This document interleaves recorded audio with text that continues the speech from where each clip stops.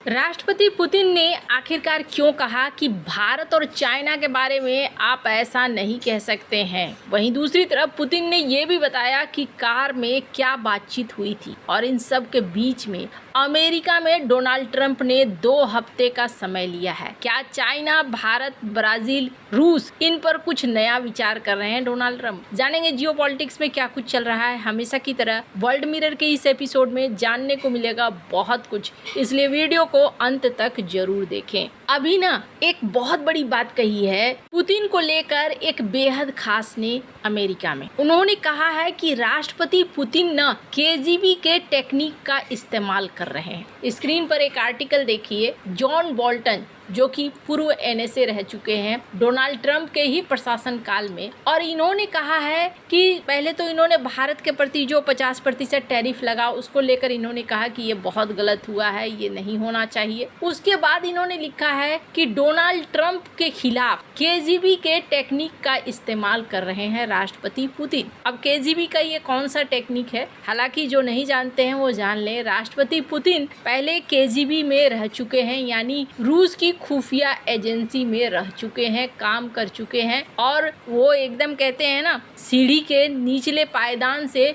इस ऊंचाई तक पहुंचे हैं, तो उनको ना सब कुछ बहुत अच्छे से पता है। कहा जाता है दुनिया में अगर बेहद जटिल गेम खेलने वाले किसी शख्स को ढूंढना है राजनीति में तो वो है राष्ट्रपति पुतिन। बहुत बड़ी बड़ी मुश्किलों को ये बड़े आसानी से हल करते नजर आए हैं, और इसका सबसे बड़ा प्रमाण ये है कि रूस इतने बड़े युद्ध में फंसा हुआ है और इसके आर्थिक तौर पर तबाह होने के लिए बहुत ज्यादा इंतजार किया गया, लेकिन अभी तक ये तबाह नहीं हुआ। इन्होंने रास्ता आखिरकार ढूंढ लिया है। अब वहीं जॉन बोल्टन का ये कहना है कि केजीबी टेक्निक जिसके तहत रूसी राष्ट्रपति पुतिन ये बहुत अच्छे से समझते हैं कि सबसे पहले सामने वाले की कमजोरियों को पकड़ो और उन कमजोरियों का इस्तेमाल करके अपने काम को बनवाओ, तो यहाँ पर वही काम चल रहा है, ये कहना है बोल्टन का। इनका कहना है कि राष्ट्रपति ट्रंप की कमजोरियां इन्हें पता है, किस चीज से वो खुश हो सकते हैं, किस चीज से ये दुखी हो सकते हैं। और ट्रंप के साथ क्या है कि ट्रंप के साथ पर्सनल रिश्ते बहुत मायने करते हैं। अगर ट्रंप और पुतिन के रिश्ते अच्छे हैं, मतलब कि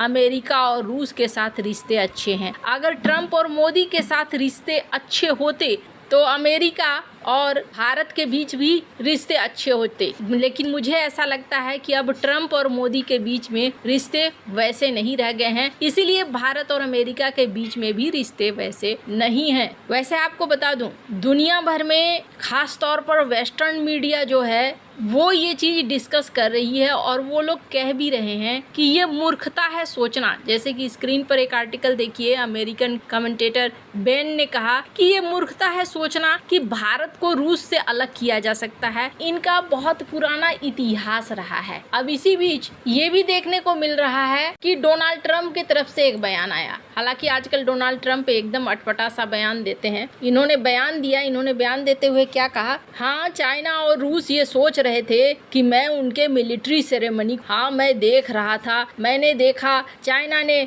हमारे बारे में कुछ भी नहीं कहा, मतलब अमेरिका के बारे में कुछ भी नहीं कहा। अमेरिका ने द्वितीय विश्व युद्ध में मदद करी थी, उनको कहना था। अब ये यहाँ पर भी चाह रहे हैं कि जबरदस्ती का क्रेडिट इन्हें मिले। अब ऐसी परिस्थिति हो गई है क्या अमेरिका की कि अमेरिका को बोलना पड़ेगा कि मुझे इस चीज़ पर क्रेडिट दो, इस चीज़ पर मुझे क्रेडिट चाहिए। पर डोनाल्ड ट्रंप ने एक और बात कही। स्क्रीन पर आप आर्टिकल देख सकते हैं। डोनाल्ड ट्रंप ने क्या कहा कि हमने 2 हफ्ते का टाइमलाइन सेट किया है, यानी 15 दिन, और इस 15 दिन में रूस के साथ, भारत के साथ, चाइना के जो रिलेशन है उसको लेकर हम फाइंड आउट करेंगे जल्दी ही चीजों को। मेरी सबसे बहुत अच्छी दोस्ती है, लेकिन हम यहाँ 15 दिनों के अंदर फिगर आउट करेंगे। इसका मतलब ये है कि जो कुछ भी हुआ है चाइना में उसको लेकर अमेरिका की नीति इस वक्त हिली हुई है। अमेरिका ने जो सोचा नहीं था वो चीज हो गया है, वो भारत के चीनी पाले में जाने की वजह से हुआ है। तो यहाँ 15 दिनों में ये फिगर आउट करेंगे कि आगे का सीन कैसे खेलना है, आगे का गेम कैसे करना है। जियोपॉलिटिक्स एक गेम ही है। यहाँ पर खुद ट्रंप भी कहते हैं कि कार्ड्स खेले जाते हैं। तो यहाँ पर अब कौन से कार्ड खेले जाएंगे वो देखने वाली बात होगी। पर इस बीच राष्ट्रपति पुतिन ने एक बड़ी बात कही है। स्क्रीन पर एक वीडियो है, इस वीडियो को आप सुन सकते हैं। Almost 1.5 billion people. China, with powerful economies, but they also have their own domestic political mechanisms and laws. So, when somebody tells you that they're going to punish you, you have to think, how can the leadership of those countries, of those big countries, which had difficult periods in their history too, that had to do with colonialism, with attacks on their sovereignty during prolonged periods of time, you have to understand that if one of them shows weakness, his political career will be over, so that influences his behavior. Just as the colonial era is now over, they have to realize that they cannot use this tone in speaking with their partners. But ultimately, things will be sorted out, everything will take its place, and we will see a normal political dialogue again. हालांकि इस video में Putin ने क्या कहा है, इस पत्रकार सम्मेलन में ना कई बातों को पुतिन ने साफ किया। पहली बात उन्होंने जेलेंस्की को साफ किया और जेलेंस्की को ये कहा कि आपको अगर शांति चाहिए तो आपको रूस आना होगा, बातचीत करनी होगी। मतलब इनका कहने का अर्थ है कि आप इधर उधर जाने के बजाय डायरेक्ट हमसे बात करो और डायरेक्ट बात करके शांति ले सकते हो, वरना हम सैन्य ताकत से शांति को स्थापित करेंगे। मतलब यहाँ पर एक चीज तो उन्होंने क्लियर कर दी है। दूसरी बड़ी चीज उन्होंने पत्रकारों को संबोधित करते हुए क्या कहा, इसमें उन्होंने कहा कि भारत और चाइना आर्थिक महाशक्ति है और इनके पास अब बहुत बड़ी जनसंख्या है। इस जनसंख्या वाले देश के लिए आप बिल्कुल भी ये नहीं कह सकते हैं, आप किसी को सजा देने की कोशिश नहीं कर सकते हैं। अब सजा देने की कोशिश का क्या मतलब है, यहाँ पर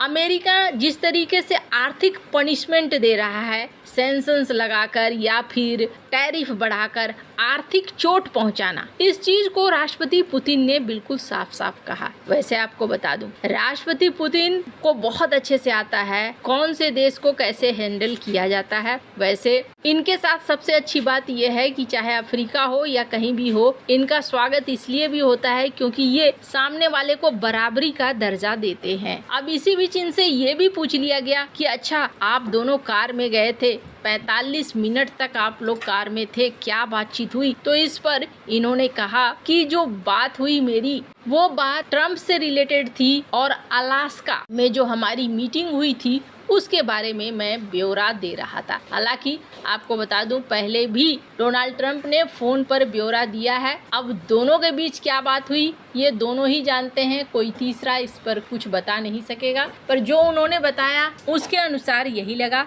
पर इन सब के बीच में अब रूस ने भारत को एक और बड़ा ऑफर दिया है और रूस ने यहाँ पर ऑफर दिया है अपने तेल में, चूँकि उन्होंने डिस्काउंट को और ज़्यादा बढ़ा दिया है। स्क्रीन पर एक आर्टिकल देख सकते हैं। अब डिस्काउंट बढ़ने का मतलब क्या है, चूँकि भारत के ऊपर टैरिफ लगा है तो कहीं ना कहीं भारत को थोड़ी हानि तो जरूर हो रही है। अब ऐसे में बैलेंस करने की कोशिश हो रही है ताकि भारत को हानि कम हो और छूट यहाँ देकर थोड़ा मैनेज भी किया जाए। हालांकि फिलहाल के लिए भारतीय रिफाइनरीज ने कम नहीं किया है खरीदना, ऐसा कहा जाता है। लेकिन स्क्रीन पर एक आर्टिकल देख रहे हैं, यूएस के लॉ मेकर ये आ रहे हैं इस विजिट पर और कोशिश करेंगे कि भारत और रूस का जो ये तेल का मामला है ये हैंडल हो जाए। वैसे आपको क्या लगता है, इन सब मामले में आपकी क्या राय है, कमेंट कर जरूर बताएं। जल्द मिलते हैं अगले वीडियो में नई खबर के साथ।